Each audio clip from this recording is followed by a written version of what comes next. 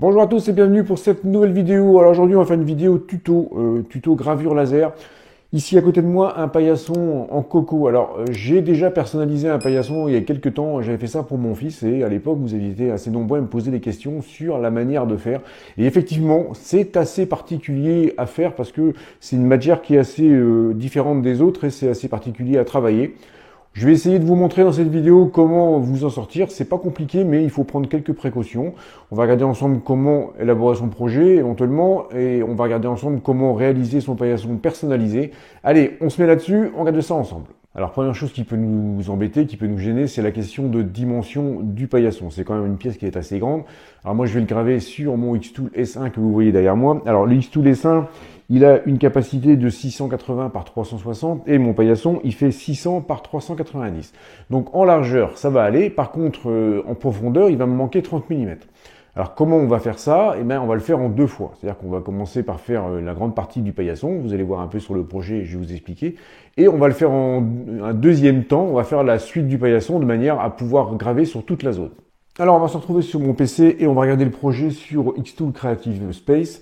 Alors ici on voit mon projet que j'ai élaboré. Donc bon, alors j'ai été chercher des images, hein, je me suis pas embêté, j'ai dessiné un peu le projet que je voulais faire. Comme vous pouvez le voir à l'écran, j'ai deux couleurs, c'est-à-dire que j'ai élaboré deux calques. Pourquoi j'ai élaboré deux calques? Parce que tout simplement, j'ai dit que j'allais le faire en deux fois. Donc je vais d'abord ne pas sortir, par exemple, le calque bleu. Ici, je vais lui demander de ne pas le sortir. Donc celui-ci sera fait dans un deuxième temps, je ne vais pas l'utiliser tout de suite. Et en premier, je vais commencer par faire mon calque rouge. Donc je me suis mis en procédure de gravure, donc je vais remplir les éléments que j'ai tracés là.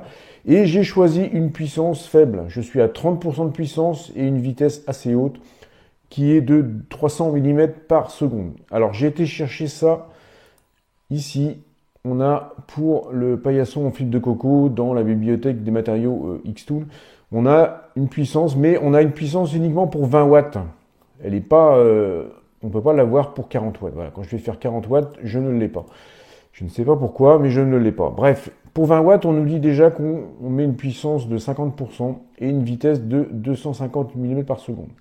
Alors moi, je vais essayer d'extrapoler ma puissance et ma vitesse en partant de ces paramètres-là. Donc j'ai dit, je vais commencer à 30% de puissance et une vitesse de 300. Si je vois que que ça brûle le coco, si je vois que c'est pas assez foncé, je vais pouvoir arrêter dès le début de ma gravure et je vais pouvoir régler mes paramètres en fonction de ce que j'ai besoin. Donc on va partir sur ces paramètres-là. On va commencer par graver la première partie. Je vais vous montrer comment je vais placer le paillasson dans la machine et on va commencer à travailler dessus. Alors nous voilà sur le Xtool. Donc je vais positionner mon paillasson dans mon graveur. Alors comme je vous l'ai dit, je vais être obligé de le faire en deux fois, donc je ne vais pas pouvoir gérer la partie arrière parce que je vais être hors zone. Donc ce que je vais faire, c'est que je vais commencer par gérer l'avant. Donc je vais, même s'il remonte un tout petit peu sur l'arrière, c'est pas trop grave. Je vais venir le caler ici sur le bord du cuvelage, hein, le bord du bas du graveur, de manière à ce qu'il soit le plus droit possible. Et je vais venir l'accoster par là de manière à, pareil, à avoir la plus grande zone possible de travail. Donc ici, la zone qui est en partie avant ici, je ne vais pas l'utiliser pour l'instant, je la ferai en deuxième partie. Je vais me contenter d'utiliser cette zone ici. Je sais que je dois garder à peu près 80 mm. Une fois que mon paillasson est positionné comme il faut dans mon graveur, je vais devoir faire la mesure de hauteur. Alors, comme c'est une surface qui n'est pas forcément une surface rigide, je vais venir mettre un petit bout de scotch dessus, de manière à pouvoir palper sur quelque chose d'à peu près rigide, de manière à lui donner la bonne hauteur. Donc je vais le positionner au-dessus du morceau de scotch et je vais venir prendre la hauteur.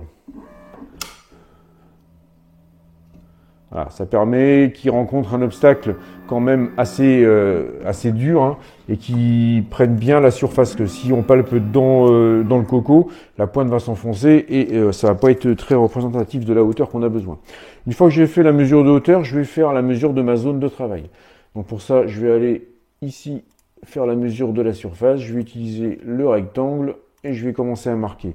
Donc je vais me prendre la surface. Alors j'ai dit que je gardais 100 mm en partie haute. Donc je vais me garder à peu près 100 mm ici, hop, parce que je vais réussir avec ça. Donc là je suis au bord, 100 mm à peu près là. Donc je vais faire ici le premier point. Et je vais aller... Je vais garder à peu près le même espace pour avoir quelque chose de à peu près centré. Le deuxième point. Donc il m'a fait mon marquage. Alors je suis allé un peu loin dans... Alors il faut que je recommence parce que du coup, j'ai pas bien fait. Je vais recommencer. Parce que là, je suis allé un peu trop loin par là. Je suis allé vraiment dans la limite. Donc, je vais me décaler un tout petit peu. Je fais mon premier point. Je vais faire mon deuxième point ici. Marquage de fin effectué. Voilà. Donc là, je suis vraiment au bord de ma zone de travail. Donc je vais reprendre mes éléments qui sont ici. Et je vais les ajuster pour que je sois dans ma zone de travail. Donc là, j'y suis. Et là, je vais redéplacer un petit peu par là. Voilà. Donc là, je vais être pas mal. Je vais utiliser cette zone-là. Donc j'ai dit que le texte, pour l'instant, je ne vais pas le sortir. Il va être en non sorti, de manière à le faire en deuxième partie. Pour l'instant, ce qui va sortir, c'est uniquement ce qui est en rouge. Donc là, on est prêt à lancer la gravure. Alors, petite précaution supplémentaire que je prends moi quand je fais ça. Voilà, je prends un petit bocal avec de l'eau et je prends une petite seringue. Alors pourquoi ça? Je prépare une seringue remplie d'eau. Pourquoi ça? Parce que par moment, on a des petits points incandescents qui se mettent, parce que c'est quand même du coco, donc c'est une matière naturelle qui a tendance à s'enflammer assez facilement. Et ces points incandescents, ils sont alimentés par le souffle du ventilateur du graveur, hein. Donc si vous laissez votre point incandescent, à chaque fois que le graveur va passer au-dessus, il va attiser le point incandescent et vous allez brûler votre coco. Et ça risque en plus de prendre feu. Donc faut rester déjà, première chose, faut rester toujours à côté quand on fait ce genre de matériaux, comme le reste, mais celui-là en particulier. Et préparez cette petite seringue avec de l'eau. Et si jamais vous avez un petit point incandescent, vous arrêtez, vous levez le capot tout simplement, hein, et vous mettez une petite goutte d'eau dessus et ça se passe très bien. Mais il faut le faire vraiment dès aussitôt. Donc faut rester toujours en surveillance dessus pour voir s'il n'y a pas un petit point incandescent qui se met en place. Ce qui est important de faire aussi, c'est de regarder dans les premières secondes de la gravure, hein, les premiers éléments qu'il va graver, voir si le contraste vous convient, c'est-à-dire que si vous avez mis la bonne vitesse et la bonne puissance, et n'hésitez pas à arrêter votre gravure au tout début pour faire un nouveau réglage si jamais vous avez un paramètre qui n'est pas forcément très bon. Vous pouvez l'arrêter dès le début, vous relancer ensuite, une fois que vous avez refait votre paramètre, vous avez réglé votre nouveau paramètre. Donc comme je vous ai dit, j'ai préparé ma petite seringue d'eau au cas où. Et maintenant, je vais lancer la gravure. Allez, c'est parti. Donc il y en a pour 37 minutes à graver les premiers éléments. Allez, c'est parti.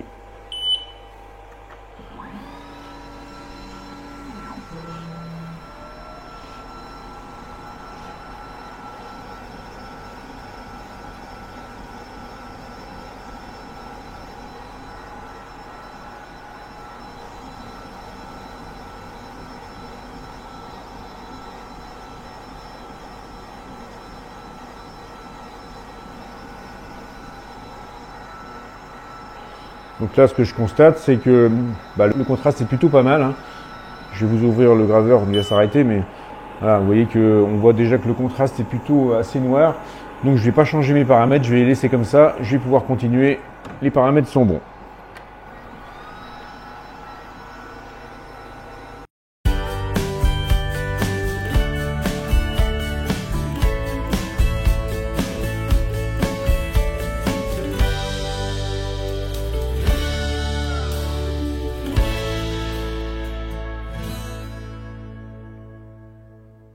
Allez, on va regarder le résultat maintenant que c'est terminé. Alors, hop, j'ouvre le capot. Donc déjà, on voit déjà le contraste. Donc voilà, c'est parfait. Le contraste est nickel, hein, il y a tout ce qu'il faut. C'est bien noirci. Alors, il n'y a plus du tout de brûlure. Mais par contre, vous voyez, hein, c'est quand même très net, hein. Ça fait des belles écritures bien formées, des contrastes qui ressortent bien. Donc, je ne vais rien changer à mes réglages. Et je vais pouvoir passer sur la deuxième partie. C'est vrai que j'ai pas eu le problème que j'avais eu sur le premier paillasson que j'avais fait, où j'avais effectivement, comme je vous ai dit, des points incandescents qui se mettaient en place par moment et qui étaient attisés par le souffle du laser. Là, j'ai pas eu du tout le cas. J'ai pas du tout utilisé ma pipette d'eau. Donc, on va préparer la deuxième partie. On va aller sur le PC pour préparer la suite de ce projet. Alors, avant d'aller préparer la suite du projet sur le PC, on va retourner le paillasson. Voilà. maintenant on va utiliser... Oups, tomber ça. On va remettre ça comme ça. Je vais le remonter un tout petit peu sur l'arrière pour qu'il soit bien à plat dans le fond. C'est vraiment tout juste. Voilà, donc là c'est pas mal. Et maintenant, eh bien, je vais utiliser cette bande-là. Donc, je vais pouvoir préparer mon marquage. Donc, je vais me centrer sur le motif. Je vais faire un peu comme j'ai fait sur le reste. Je vais venir préparer ici. Je vais préparer mon marquage pour venir graver ici. Donc, je vais aller sur le PC modifier le projet. Donc, on va travailler maintenant sur la partie bleue. Alors, on va commencer déjà par réactiver le texte en sortie. On va faire l'inverse sur le rouge. Donc maintenant, le calque rouge, lui, il n'est plus activé. Voici, il faut que je le prenne en entier. Voilà. Ignorer. Voilà. Donc le calque rouge est complètement ignoré. Et le calque bleu, lui, va faire sa sortie. Je vais rester en 30% de puissance et 300 mm de vitesse. Maintenant, comme je suis dans l'autre sens, eh bien, pour me repérer, ce que je vais faire, c'est que je vais retourner mon projet. Voilà. Je vais me mettre comme ça à 90 degrés. Et du coup, maintenant, ce que je vais avoir à positionner, c'est ça, le texte bienvenu. Alors, je vais venir faire la mesure de ma zone. Donc, je supprime la zone marquée. Et je vais voir faire le marquage de ma surface. Donc, je vais toujours être en rectangle. Je vais commencer à marquer. Donc là, je suis sur la limite. Je vais me mettre comme ça ici. Le premier point. Et pour le deuxième point, je vais le faire ici. Je vais le mettre à peu près dans la zone comme ça.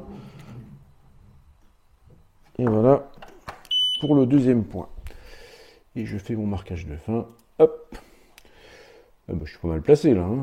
Pour un truc qui a été fait. Voilà, ma zone de marquage ici. Ma zone qui est marquée en noir. Et mon texte, il est bien centré dedans. Bah, je suis nickel là. Alors, il va pas être content parce que je suis un petit peu en dehors de la zone de travail, mais c'est pas grave, je vais pouvoir le faire quand même. Donc maintenant, il ne reste plus qu'à lancer la suite. Alors, je vais remettre mon ventilateur, même si ça sent pas grand chose. Je préfère évacuer les fumées par la fenêtre. Voilà, ça c'est fait. Je redémarre le ventilateur. Donc ça, il me met un petit message parce que je suis vraiment en bordure de zone de travail maximum, mais il n'y a pas de souci. Alors, je vais quand même revérifier un truc parce qu'il y a quelque chose qui me chagrine. C'est que je n'ai pas l'impression qu'il m'ait pris. Voilà. Je n'ai pas l'impression qu'il m'ait tout pris. Donc là, à mon avis, j'ai pu voir que le texte. Il n'avait pas tout pris l'ensemble. Voilà, maintenant il n'y a plus que le texte. Et c'est ce que je veux maintenant. Allez, c'est parti.